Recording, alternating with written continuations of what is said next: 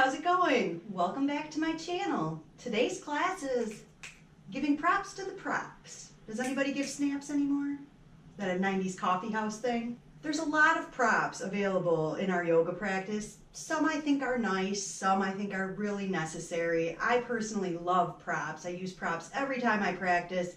Always blocks, blanket, usually a strap. The first prop you're gonna need, a yoga mat. You can practice on a towel or a blanket, but the grippiness of a yoga mat really makes the difference in the practice, at least for myself. I use the Jade yoga mat. Jade plants a tree for every mat that they sell. These mats are made from the rubber tree, and the fact that they're reinvesting in Mother Earth, just love. So I highly recommend Jade as my #1 choice of yoga mat. They are a little bit pricier, $75 or $80. I picked this mat up for about $5 at my local grocery store. As soon as I did my first downward dog on it, my hands just started sliding. So a lot of these cheaper yoga mats are made with like PVC, cheap, plasticky, I'm not even sure. The all-natural rubber tree rubber mat from Jade, to me, it has the best grip, and mine has lasted me over 3 years already, and I'm not planning on throwing it out anytime soon, so it was definitely worth the investment for me.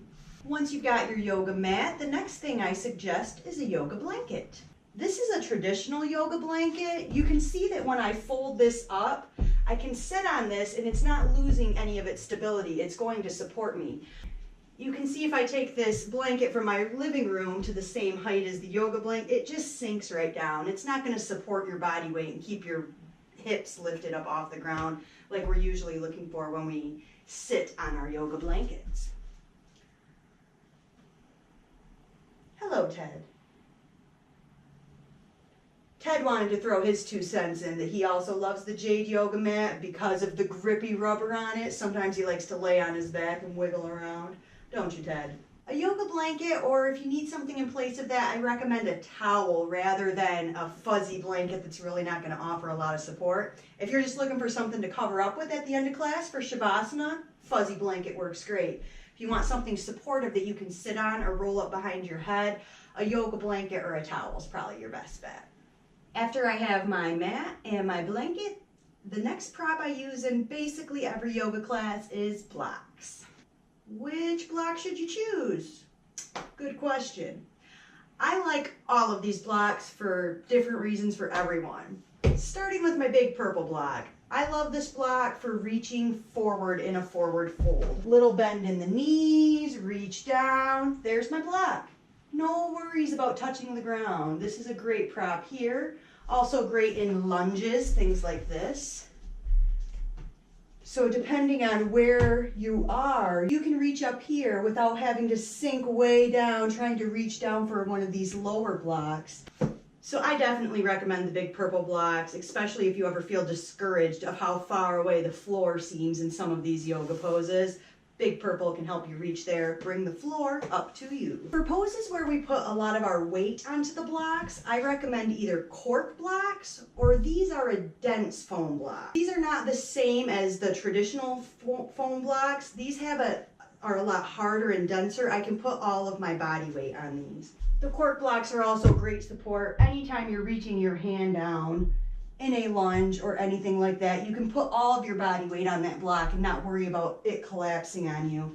If I tried to do that same move with a regular foam block, it's not as supportive.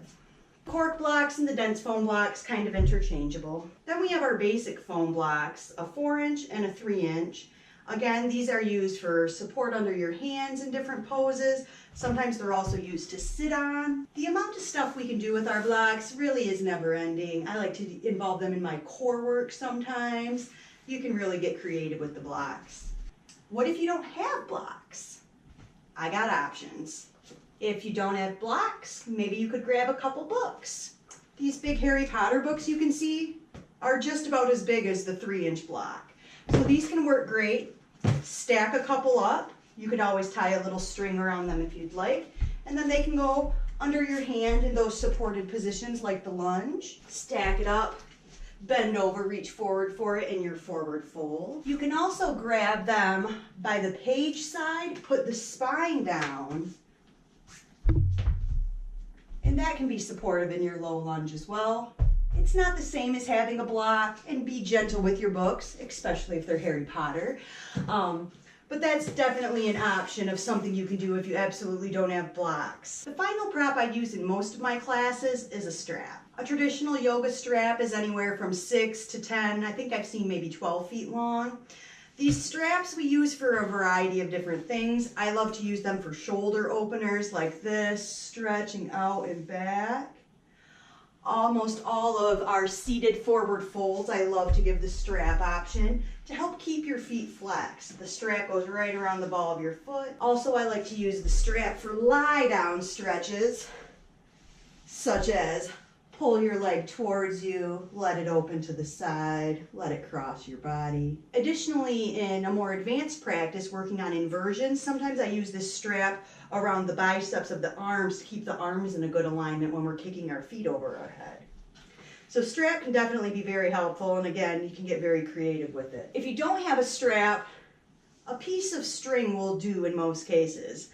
This came out of one of my hoodies, and my cats like to play with it now. But just like I did before, this little piece of string can go right around the ball of my feet. So don't worry about spending 10 bucks on a yoga strap if that's not in your budget right now. Pull a string out of a hoodie or find a piece of rope or something lying around. This is a vacuum belt, totally unnecessary, but if you have something like this lying around, this can be really handy. If you're almost able to reach and just can't quite get your hands there. For example, I have a couple other yoga props I keep around my house just because I like them. Totally unnecessary, but nice to have. My first nice but not necessary prop is my yoga tune-up balls. If you search yoga tune-up or tune-up fitness, you can find Jill Miller's website. These balls are amazing for releasing some of the knots in our muscles, tension, especially that we hold up in our shoulders. I love to use them to massage my feet. You can see they come in different sizes. This big size fits perfectly behind my neck, and then I can give myself a little neck massage. This size ball I usually use to roll out under my lower back, sometimes my feet. These balls are much gentler than using a tennis ball or anything like that, especially under your feet. These have a little bit of give, and they're gentle enough to use anywhere on your body, even around your joints. I really cannot say enough good things about these yoga tune-up balls and the relief they've given to me in my lower back pain and sore feet. My next nice but not necessary prop is a yoga wheel. I love this to do back bends, stretch out my back, is primarily what I use it for.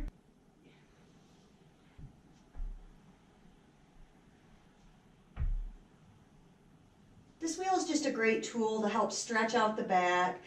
People do other fancy things with it, like use it to kick up into their handstands, headstands, things like that. My yoga wheel pretty much is just used as a stretchy tool for me. The wheel. Our final prop today is the bolster. To me, a bolster is definitely necessary because restorative yoga is necessary in my life. Great way to relax. If you haven't tried it out yet, check out some of those videos. This bolster is a little squishy. I've had this is my oldest bolster. I've had this for a few years. I recommend looking for something that gives you a lot of support. Like this bolster, lots of support. I like the round bolsters just because I feel like I have more options with those. They can go under my back, they can go under my legs. You can also get square bolsters or rectangular bolsters. A lot of times in my restorative practice, I'm using my bolster to lie back on.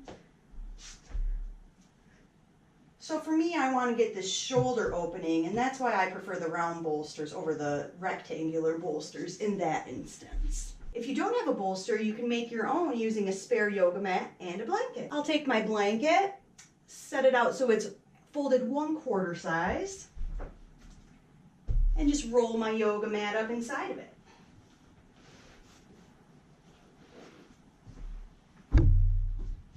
You could also double up 2 yoga blankets with this. Again, the yoga blankets will be firmer and give you a better roll than if you tried to roll up a couple soft blankets. So here's my yoga mat and bolster. And you can see that's very supportive under my back. I can get that shoulder opening I'm looking for. There's definitely more yoga props out there. Honestly, it seems like every time I go to the store, something has the word yoga in front of it and it's a new yoga prop. Yoga foam rollers. How are those different from other foam rollers? But anyway, these are my favorite yoga props. I hope maybe you learned something. Maybe some of these alternatives will work for you in your practice. As always, thank you so much for joining me. I hope to see you again. If you want more information about EB Yoga, check out my website and don't forget to subscribe below. Namaste.